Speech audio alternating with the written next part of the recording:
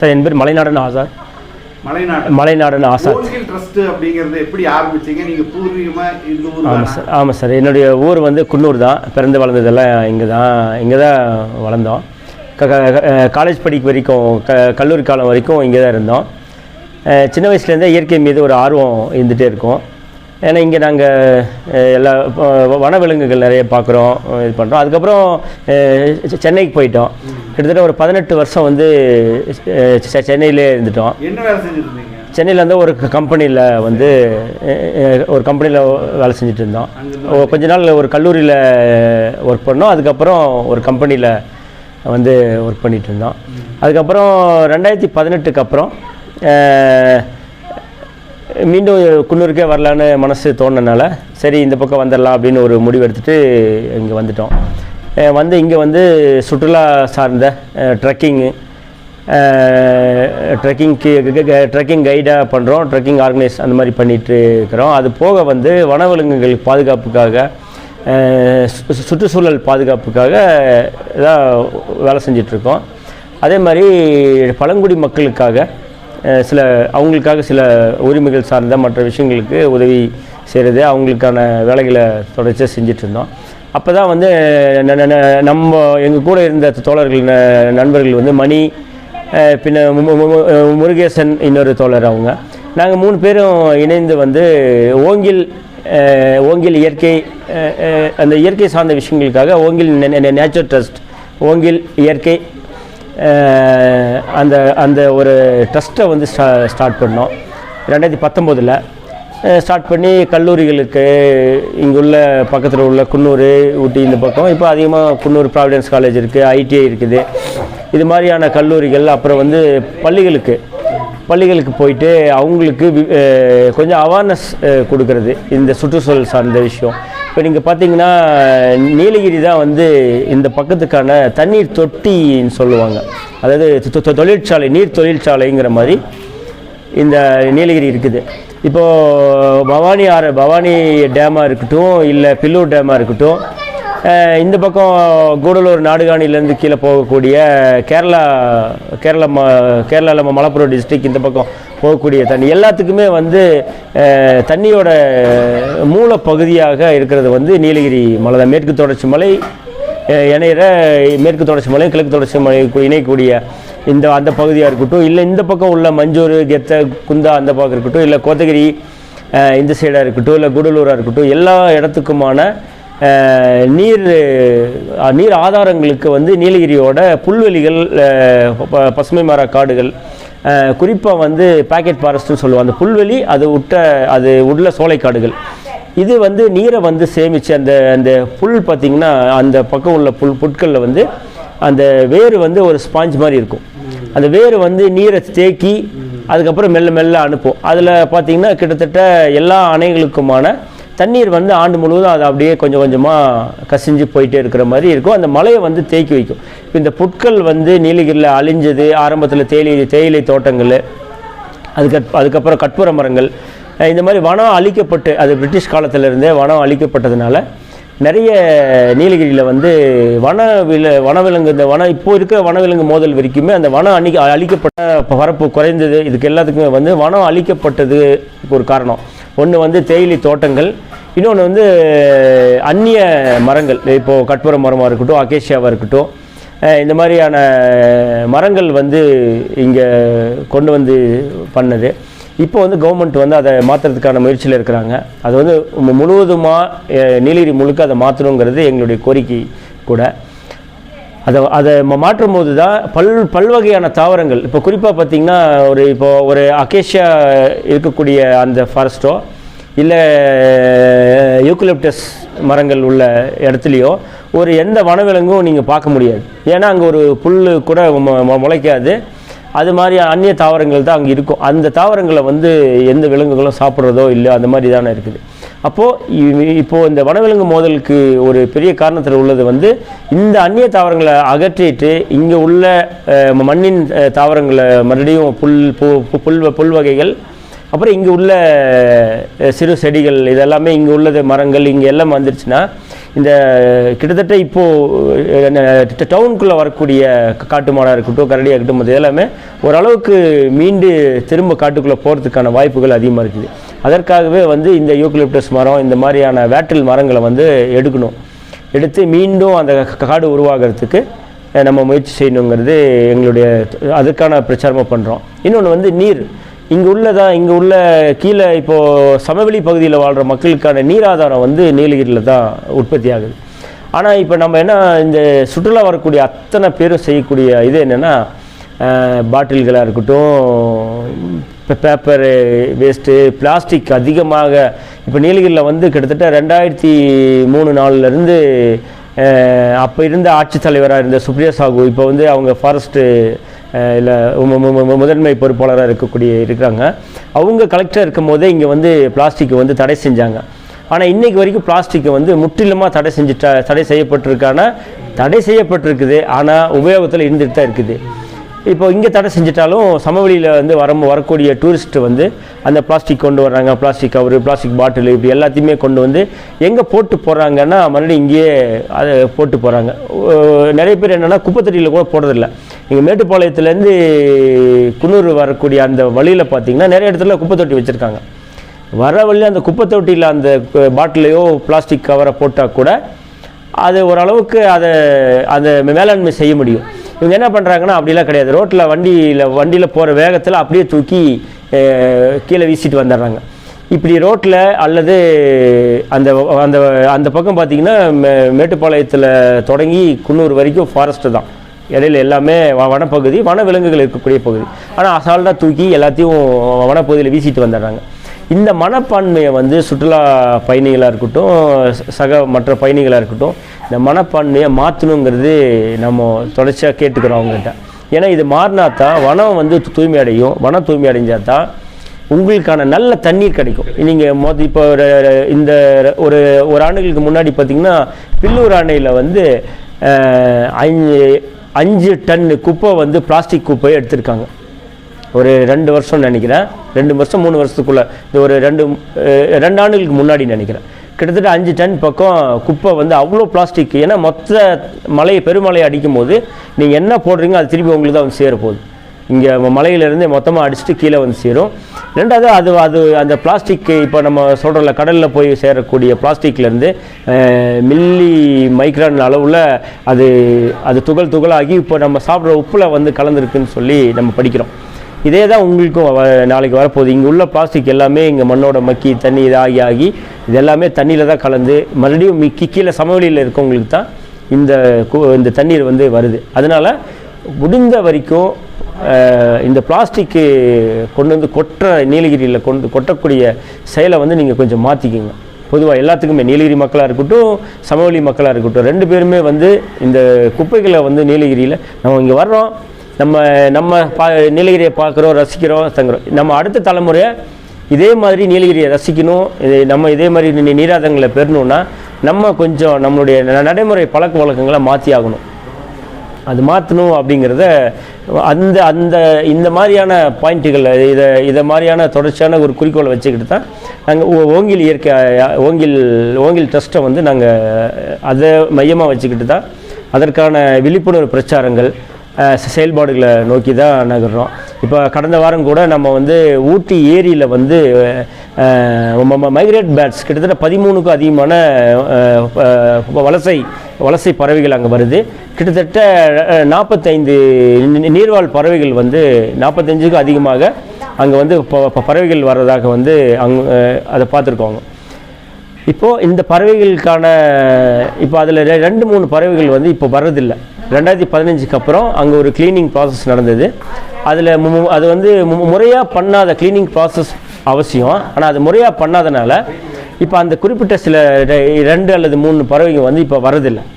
என்னென்னா அது எப்படி பாதிக்கப்பட்டது அது சார்ந்த வந்து பயாலஜிஸ்ட், இங்கே உள்ள நீலகிரியில் உள்ள பயாலஜிஸ்ட் வந்து அதை ஆய்வு பண்ணிகிட்டு இருக்கிறாங்க. தொடர்ச்சியான ஆய்வில் அவங்க இருக்கிறாங்க. இப்போது இந்த மாதிரியான அரசாங்கமும் சரி, தொண்டு நிறுவனங்கள் இந்த கிளீனிங் பண்ணுறது கூட முறையான கிளீனிங் ஒன்று வேணும் அப்படிங்கிறது இப்போ நாங்கள் கடந்த வாரம் வந்து மாவட்ட ஆட்சித்தலைவரை வந்து சந்தித்து ஒரு மனு கொடுத்துட்டு வந்தோம். இது முறையான ஒரு கிளீனிங் பண்ணணும். ஊட்டி ஏரியா அதை வந்து மீட்டெடுக்கணும். அந்த அந்த மாஸ் லேண்ட் அங்கே உள்ள வெட்லேண்ட் எல்லாமே வந்து மீட் எடுக்கிறதுக்கான ஒரு நல்ல வேலை செய்யணுங்கிறதுக்காக ஒரு மனு கொடுத்துட்டு வந்திருக்கோம். ஏன்னா இந்த வேலையை பொறுத்தளவுக்கு அதிகமான அரசாங்கம் அதை முன்னெடுக்கணும். தொண்டு நிறுவனங்கள் வந்து அதை கிளீனிங் ப்ராசஸோ மற்ற விஷயங்களை நாங்கள் வந்து தொடர்ச்சியாக செய்கிறதுக்காக நாங்கள் உறுதுணையாக நிற்கிறோங்கிறத அவங்க மாவட்ட ஆட்சியாளர்கிட்ட சொல்லிட்டு வந்திருக்கோம். இதே தான் இது இந்த மாதிரியான ஒர்க்குகளை வந்து நாங்கள் செய்கிறோம். அதே மாதிரி பழங்குடி மக்களுக்காக அவங்க ரொம்ப பேசிக்கில் இருக்கக்கூடிய பிரச்சனைகளை வந்து கல்விக்காகவோ இல்லை அவங்க கல்வி கட்டணங்கள் கட்டுறதுக்கு முடியாமல் இருக்கிறவங்களுக்கான உதவி செய்கிறது. இந்த கோவிட் காலங்களில் வந்து அவங்களுக்கு சிறு சிறு உதவிகள் செய்கிறது. இப்போ உதாரணத்துக்கு நாங்கள் கோவிட் காலத்தில் வந்து ஆன்லைன் வகுப்புகள் நடந்துட்டு இருந்தது. அந்த சமயத்தில் வந்து நம்ம எங்கள் இருக்கக்கூடிய நண்பர்கள் மத்தியிலேருந்து இந்த டாங்கிள், அதாவது வைஃபை டாங்கிள்லாம் வாங்கிட்டு போய் அவங்களுக்கு கொடுத்து அவங்க ஆன்லைன் கிளாஸ் அட்டன் பண்ணுறதுக்கான வேலைகளை வந்து நாங்கள் செய்தோம். இது மாதிரியான பழங்குடி மக்களுக்கான பிரச்சனைகள், உரிமை சார்ந்த பிரச்சனைகள், இதுக்காக வந்து நாங்கள் தொடர்ச்சியாக வந்து முயற்சி செய்துட்ருக்கிறோம். இதுதான் இந்த ஓங்கில் இயற்கை அறக்கட்டளையோட நோக்கம். மாணவ மாணவிகளுக்கு வனவிலங்குகளுக்கு அதே மாதிரி வந்து பார்த்திங்கன்னா நாங்கள் வந்து வனவிலங்குகளுக்கு உணவளிப்பது வந்து வன சட்டப்படி அது குற்றம், அது வந்து தண்டனைக்குரிய குற்றமும் கூட. ஆனால் நம்ம எல்லாமே வந்து வனவிலங்குகளுக்கு உணவு அளிக்கணுங்கிறத ஒரு என்ன சொல்கிறது, ஒரு பரிதாபம் ஏற்படுத்துகிறோம். இல்லைன்னா அதுக்கு அது ஒரு நல்ல காரியம் நினச்சி அது வந்து ஒரு நல்ல செயல் அப்படின்னு நினச்சிட்டு கொடுக்குறோம். ஆனால் நம்ம வந்து நம்ம சக மனிதனுக்கு உணவளிச்சிட்டா போதுமானது. ஏன்னா மனிதன் வந்து தான் எனக்கு கேட்டால் மனிதனுக்கு வேணால் சிரமப்படுவான், அவனுக்கு உணவுக்கு தேட முடியல, இல்லை ஏதோ ஒரு பிரச்சனைகள் இருக்கும், சோம்பேறியாக இருப்பான், இல்லைன்னா இதாக இருப்பான், ஏதோ ஒரு காரணத்தினால அவனுக்கு தேவைப்படும். நீங்கள் உணவு அளிக்கணும்னு நீங்கள் விரும்புனீங்கன்னா உங்கள் பக்கத்து வீட்டில் இருக்கவங்களுக்கோ இல்லை உங்கள் ஊரில் இருக்கவங்களுக்கோ இல்லை நீங்கள் இருக்கவங்களுக்கோ மனிதர்களுக்கு உணவு கொடுத்தா நீங்கள் போதுமானது. அதாவது பறவைகளுக்கோ வனவிலங்குகளுக்கோ குறிப்பாக குரங்குகளுக்கு உணவளிக்கிறது தயவு செய்து பண்ணாதீங்க. ஏன்னா அதற்கான உணவை வந்து அது தேடிக்கும். இயற்கை வந்து அதற்கான சக்தியை கொடுத்துருக்குது. இயற்கை சமநிலை இதனால் பாதிக்கப்படுது. உதாரணத்துக்கு பார்த்தீங்கன்னா மேட்டுப்பாளையத்துலேருந்து குன்னூர், அதே மாதிரி ஏற்காடு மலையில் பார்த்துருக்கோம். இந்த மாதிரி மலை பகுதிகளுக்கு போகிற எல்லா இந்த பக்கம் வந்து பார்த்திங்கன்னா அது பந்திப்பூர் சைடாக இருக்கட்டும், முதுமலை, நீங்கள் எல்லா இடங்கள்லையும் வந்து வனவிலங்குகளுக்கு உணவு அளிக்கிறத வந்து ஒரு ரொம்ப ஜாலியான செயலாக இருக்கிறாங்க. ஒன்று ஃபோட்டோகிராஃபிக்காக செய்கிறாங்க, இல்லைனா அது ஒரு நல்ல செயல் நினச்சி செய்துட்ருக்குறாங்க. அது வந்து ஒரு ஜீவகாரணியம் நினச்சிட்டு செய்கிறாங்க. இந்த செயலை வந்து தயவு செய்து செய்யாதீங்க. இப்போ நாங்கள் பெரியவங்களுக்கு தொடர்ச்சியாக சொல்லிகிட்டு இருக்கிறோம், இதை குழந்தைங்களுக்கு சொல்லணும். ஏன்னா சின்ன வயசுலேருந்து அவங்களுக்கு ஒரு விழிப்புணர்வு கொண்டு வந்துட்டா அவங்க சமூகத்தில் உணவளிக்கிறதுனால என்ன கேடு நடக்குதுன்னு பார்த்தீங்கன்னா, இப்போ வந்து ஒரு குரங்கு இருக்குது அப்படின்னு சொன்னால் அது வந்து காட்டில் உள்ள மரங்களில் உள்ள பழங்கள் சாப்பிடுது, சில கொட்டைகள் சாப்பிடுது. அதில் கிடைக்கக்கூடிய விதைகளை வந்து அது உணவு உண்டுட்டு அதோட கழிவுலேருந்து போகும்போது அந்த அந்த விதைகள் வந்து வீரியமாக முளைக்கும். அப்போ அதன் மூலம் விதை பரவல்னு சொல்லுவோம் நம்ம தமிழில். விதை பரவல் வந்து எல்லா வனப்பகுதியில் வந்து பரவலாக போய் சேரும். இப்போது இந்த விலங்குகளுக்கு ஆமாம், சாதாரண சின்ன குருவியிலிருந்து பெரிய விலங்கான யானை வரைக்குமே தேவையில்லைங்கிறது என்னுடைய கருத்து தான். ஏன்னா அதுக்கான உணவு வெளியில் இருக்குது. நம்ம காக்காய்க்கு வைக்கிறனால அது வாழ்ந்துடும், இல்லை நம்ம வைக்கலன்னா அது செத்துருங்கிறதெல்லாம் சும்மா நம்ம வேலை நினச்சிக்கிறோம், அவ்வளோதான். என்னென்னா இப்போ வீட்டு காக்கா, இப்போ சிட்டுக்குருவி, இது போன்ற விலங்குகள் வந்து வீட்டை ஒட்டி பழகிடுச்சு, நீண்ட காலமாக அது பழக்கம் ஆயிடுச்சு. அதனால நமக்கு வந்து அதை வைக்கிறோம், அந்த பழக்கத்துக்கு அடிப்படையில் வைக்கிறோமே தவிர அது கூட தேவையில்லை தான். ஏன்னா அதோட உணவு அது தேடிக்கக்கூடிய சக்தியை வந்து நல்ல ஒரு விழிப்புணர்வு கிடைக்கும். நாங்கள் வந்து நிறைய பள்ளிகளுக்கு இப்போ நீலகிரி, குன்னூரை சுற்றி கோத்தகிரி இந்த மாதிரி பகுதிகளுக்கு வந்து பள்ளிகளுக்கு போய் சொல்லிகிட்ருக்குறோம். 2019 குன்னூர் ஐடிஐ தொழில் இதுக்கு அந்த ஐடிஐயில் போய் பண்ணோம். அங்கே போகும்போது நாங்கள் ஒரு சும்மா ஜாலியாக யாரெல்லாம் இந்த மாதிரி குரங்குகளுக்கு இவங்களாம் விலங்களிப்புங்கன்னா அத்தனை பேரும், அது குறிப்பாக பெண் பிள்ளைகள் வந்து எல்லாமே கை தூக்குனாங்க சந்தோஷமாக. இப்போ ஏன் நீங்கள் கொடுக்குறீங்க அப்படின்னும் போது ஒவ்வொருத்தையும் ஒவ்வொரு காரணம் சொல்கிறாங்க. அப்போ நாங்கள் அதுக்கப்புறம் அதில் என்ன கேடுகள் இருக்குதுன்னு சொன்னதுக்கப்புறம் அவங்க அத்தனை பேருமே உறுதியாக சொன்னாங்க, என்ன உறுதி எடுத்துக்கிட்ட மாதிரி சொன்னாங்க. நாங்கள் வந்து இனிமேல் வந்து எந்த விலங்குகளுக்கும் உணவளிக்க மாட்டோம், மற்றவங்களுக்கு நாங்கள் சொல்கிறோம் அப்படிங்கிற தகவலை வந்து பதிவு வச்சாங்க. அதேமாதிரி ப்ராவிடன்ஸ் கல்லூரி, இந்த மாதிரி கல்லூரிகளுக்கும் நாங்கள் போய் அதை தொடர்ச்சியான மாணவர்கள் மத்தியில் அந்த அவேர்னஸ் கொடுத்துக்கிட்டே இருக்கிறோம். ஏன்னா இந்த மாணவர்கள் தான் நாளைக்கு சமூகத்தில் வந்து நிற்க போகிறாங்க. அவங்க ஆட்சியாளராகவும் அவங்க தான் நிற்க போகிறாங்க, சமூகத்தில் செயலாற்றக்கூடியவங்க இல்லை சமூகமாகவும் அவங்க தான் நிற்க போகிறாங்க. அப்போது நல்ல கல்வியை வந்து சுற்றுச்சூழல் கல்வியை வந்து பள்ளி பாடங்களில் அதிகமாக சேர்க்கணுங்கிறதும் எங்களுடைய ஒரு அதாவது கவர்மெண்ட்டுக்கான கோரிக்கையை நாங்கள் எப்போதும் வைக்கிறோம். என்னன்னு கேட்டால் இந்த சின்ன சின்ன விஷயங்களை வந்து நம்ம குழந்தைங்க மத்தியில் விதைச்சிட்டோம்னா அவங்க நாளைக்கு பெரியவங்களாக வரும்போது அதை ரொம்ப எளிமையாக அதை கையாண்டுக்குவாங்க. இப்போ பெரியவங்கள்ட்ட இப்போ நம்ம சொன்னோம் பார்த்தீங்களா, மேட்டுப்பாளையத்துலேருந்து மேலே டூரிஸ்ட் வர்றாங்க, உள்ள ஃபுல்லாக அது வனப்பகுதி, குப்பையை வீசாதீங்கன்னா யாரும் கேட்குறதே இல்லை. அங்கங்கே போர்டு வச்சுருக்காங்க, குப்பை தொட்டி வச்சுருக்காங்க. நீங்கள் ஒரு காரை ஸ்லோ பண்ணி இப்போ அவங்களுக்கு அவசரமாக சிறுநீர் கழிக்கணும்னு என்ன பண்ணுவாங்க, வண்டியிலே கழிச்சிடுவாங்க. ஆனால் வண்டியில் கழிக்க மாட்டாங்க, காரை ஓரமாக நிறுத்திட்டு கீழே போய் தான் சிறுநீர் கழிப்பாங்க. அதே செயலை ஒரு குப்பை தொட்டியில் பக்கத்தில் வண்டியை நிறுத்தி அந்த குப்பையை தூக்கி குப்பை தொட்டிகளை போட்டு வந்துட்டாங்கன்னா முடிஞ்சு. ரெண்டுக்கும் ஒரே நேரம் தான் ஆகும். இன்னும் கூட இதுக்கு நேரம் குறைவாக தான் ஆகும். அந்த குப்பை தொட்டி ஓரத்தில் வண்டியை நிறுத்திட்டு வண்டியிலேருந்தே குப்பையை தூக்கி குப்பை தொட்டியில் போடலாம். ஆனால் அது செய்கிறதில்ல. நீங்கள் இந்த வழியில் நீங்கள் போகும்போது பாருங்கள், குப்பை தொட்டிக்கு சுற்றிலும் நிறைய குப்பை கிடக்கும், குப்பை தொட்டி காலியாக இருக்கும்.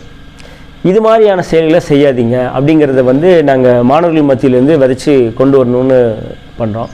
இது மாதிரியான சரி, இப்போ பறவைகளுக்கான இந்த நிகழ்ச்சி இது மாதிரி நிறைய பண்ணியிருக்கீங்களாங்க?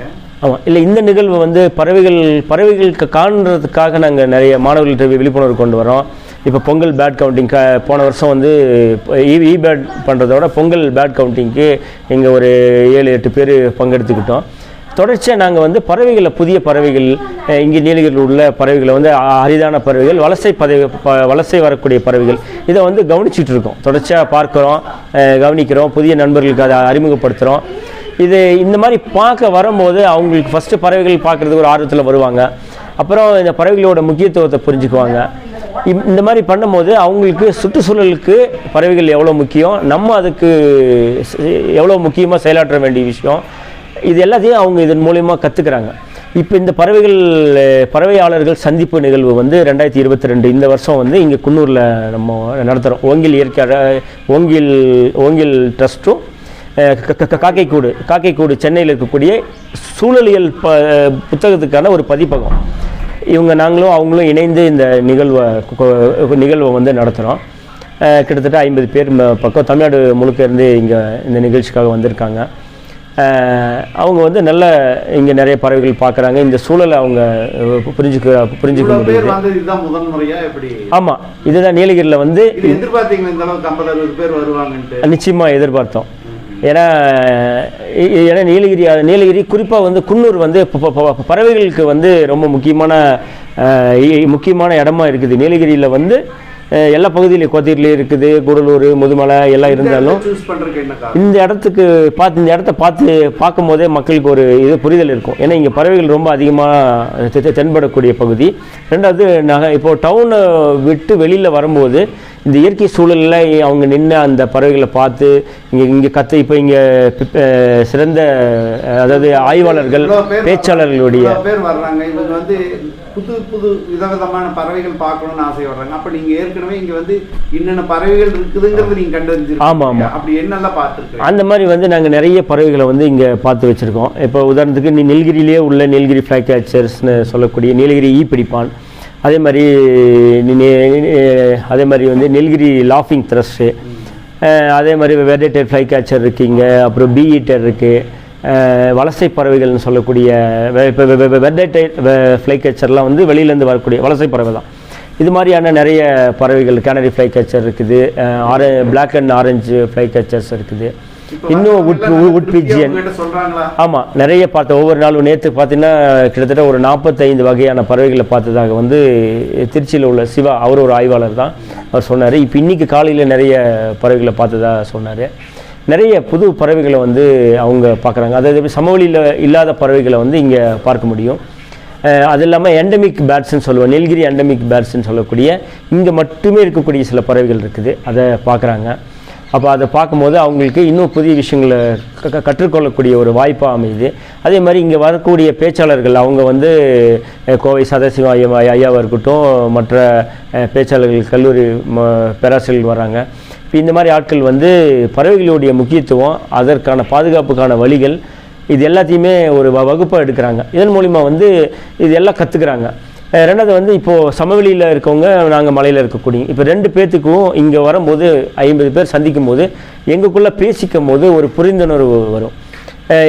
அப்போ இதன் மூலிமா இன்னும் வந்து ஒரு விழிப்புணர்வு வந்து தொடர்ச்சியாக போயிட்டு இருக்கோம் அப்படிங்கிறத இருக்கும். ரெண்டாவது தொடர்ச்சியாக நாங்கள் இந்த நிகழ்வை நடத்தணுங்கிற இதுலேயும் ஆர்வமாக